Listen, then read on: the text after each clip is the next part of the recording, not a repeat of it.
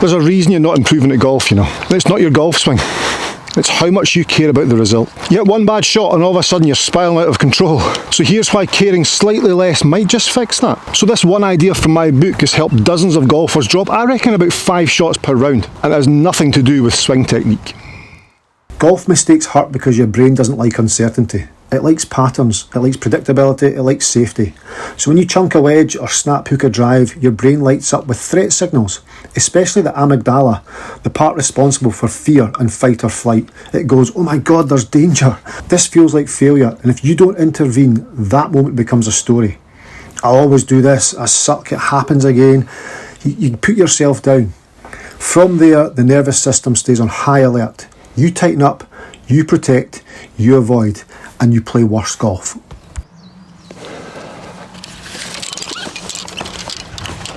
But here's the beautiful truth. That entire downward spiral, that's a choice. And you can interrupt that with one powerful tool. So a friend of mine, his name's Sam, he created like a post-shot routine. He had a routine for every poor shot. So I'm standing here with my pre-shot routine, working on what I'm going to do. I know, play my shot. He had a post-shot routine for when he hit a poor golf shot. That's incredible. He'd hit his bad shot, he'd then just smile, raise his arms up and say something like, oh my god, that was f***ing awful. He owned the situation, not sarcastically, not bitterly. He actually found joy in the chaos, which is just, I mean, that's incredible. But having a pre-shot routine, a post-shot routine for a bad shot, wow.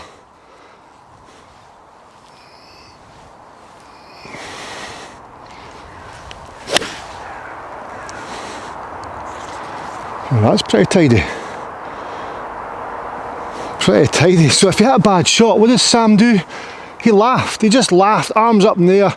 He would hit his bad one and he'd laugh and go, ha ha, f***ing hell. Like, he was unfazed. There was a part of his plan though, and there's a reason that worked.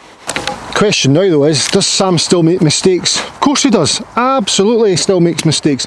But his ability to bounce back is unbelievable. He plays faster, freer than ever. And see against him at match play, if I play him at match play, it's so hard to beat the guy.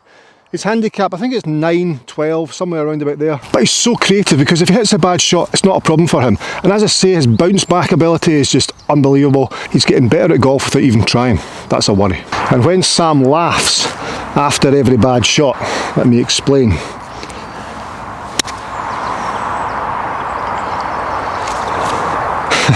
That wasn't great. Sam laughing, that laugh short circuits the brain's panic loop. It reminds your system that, listen, this is not life or death. It simply reboots your nervous system. Wow. So what does that do? Well, it anchors you in the moment. It stops things from spiraling out of control. So now it's my job to take what Sam does and make it relevant for you. So how can you implement what Sam does? That never even moved. All this information is in my book, available on Amazon. Of course, I'll leave links in the description below. So here's how to turn your next golfing disaster into a success story. Okay, so if you hit a bad shot, once you've hit a bad shot, there's a couple of things you must do.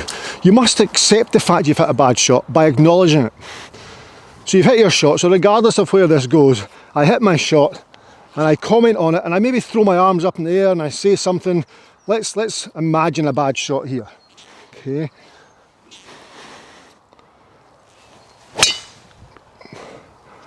Okay, so imagine it's going into the rough on the right. I'd be like, oh, that was brilliant, wasn't it? Alright, okay, next shot, we'll move on, it's fine. The next thing you have to do, once you've acknowledged it and commented on it, because you've now put it out there that that's actually alright and you're accepting the fact that that's what's happened, but you must smile. You must smile, because that's going to trick your nervous system. When you smile, your body, it's completely against what's happening. When something's a threat, or something's perceived as a mistake or an error, generally we don't smile, we go inside. But if we smile, it tricks that nervous system and the body's like, or the mind is thinking, hold on here, is that a good thing or a bad thing? Spiraling out of control becomes harder once you've smiled. And that bugger Sam had nailed that. I've written here in my book On page 42, this drill is called the post-mistake laugh reset. Sam does that every time. Sam created that. That's why it's in the book. Number 2, smile, even if it's forced. Smiling tells your brain we're safe. Fake it and your nervous system will catch on. So by smiling, you're telling your nervous system and your body, do you know, we're safe, we're okay, we're all right. I also then go on to say, take a breath and say to yourself, I'm not my last shot. Yeah, I've sliced that ball into the rough. I'm better than that. I'm not judged on that last shot. Absolutely not. And I can smile at that. See, when I play with Sam, when I play against Sam, and I see him putt, if he smiles before he putts, I'm doomed. The guy's completely, his nervous system has just no idea what's going on. His mind and body are just on a different wavelength. For a good reason though. Tried my best to hit a bad one. So, that reset thing that Sam does, through the book, here we go. Post-mistake laugh reset. Number 1, after a mistake, big or small, do something theatrical. Throw your arms in the air, make a goofy sound, say something like, what the f was that? Or, well, that's going to be in the highlights reel. What the f was that? And then smile. Even if it's forced, smiling tells your brain we're safe. Fake it and your nervous system will catch on. Third thing, take a breath, say out loud, I'm not my last shot. We've done that. And finally, walk with swagger to the next one. Almost like you meant it. You've hit your bad shot, that's all right. We can move on. So here I am. So mistake, laughter, reset, move on. Mistake, laughter, reset, move on. I have almost got myself in the rough. Got away with it by a foot. Par 5, I'm never going to reach in 2, so I'm just going to hit a 6 iron up here. I've got my pre-shot routine, I've got my post-shot routine for if it all goes wrong, so I'm safe. I've got everything's helping me.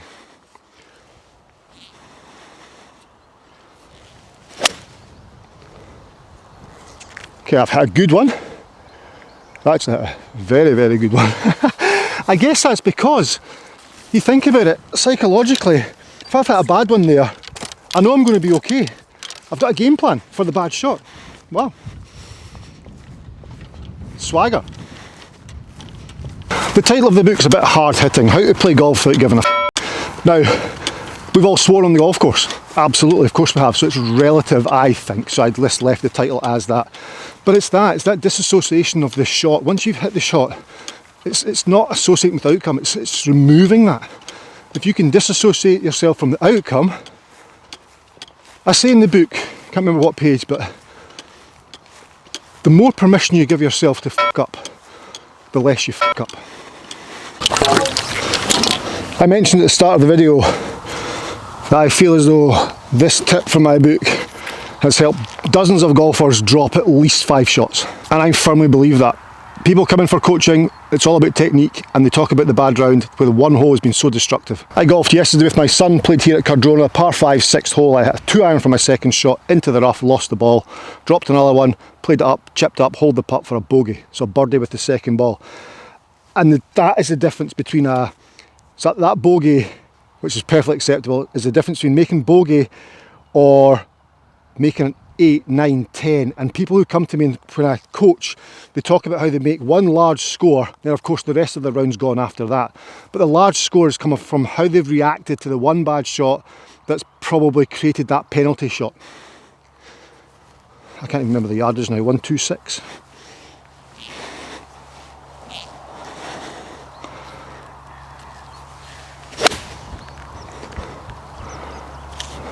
It's on a good line, maybe a little bit right. It's going to go down the slope, stay there. Oh, it's not great, but do you know what? It's on the green and it's putting, it should be closer from that distance, but you've got to laugh it off. You've just got to smile and move on. And the reaction these golfers have to that one bad shot, that one lost golf ball, is what spirals out of control. So it's taking the time there and then and laughing at that, and maybe taking a different club when you redrop, take a different club, put yourself back in play and walk away, double bogey at worst, maybe treble bogey, but not double figures.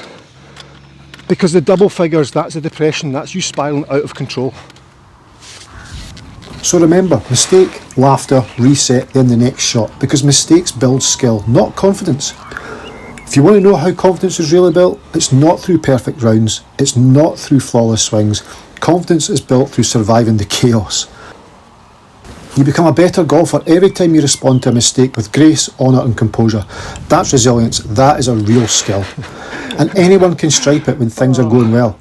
But when you snap one into trees, let's say you take a drop, then you hit a terrible chip, then drain a 20-footer for bogey, that's a championship moment. Well done. And the reason that's a championship moment is because you didn't collapse. You stayed in the fight, you played free, and you didn't let one shot become a narrative. That's class. So that's my book, How to Play Golf Without Giving a F***. I hope that helps you. There is loads of gold in there. Loads of stuff that just take you away from the technical side of the game to reduce your scores, which is so important. I will leave links below to my book on Amazon. I hope you enjoyed the read. I hope it improves your golf. Please leave a review. Let me know. Leave a review on this video and on Amazon. And I'll see you in my next video. Thank you. Bye-bye.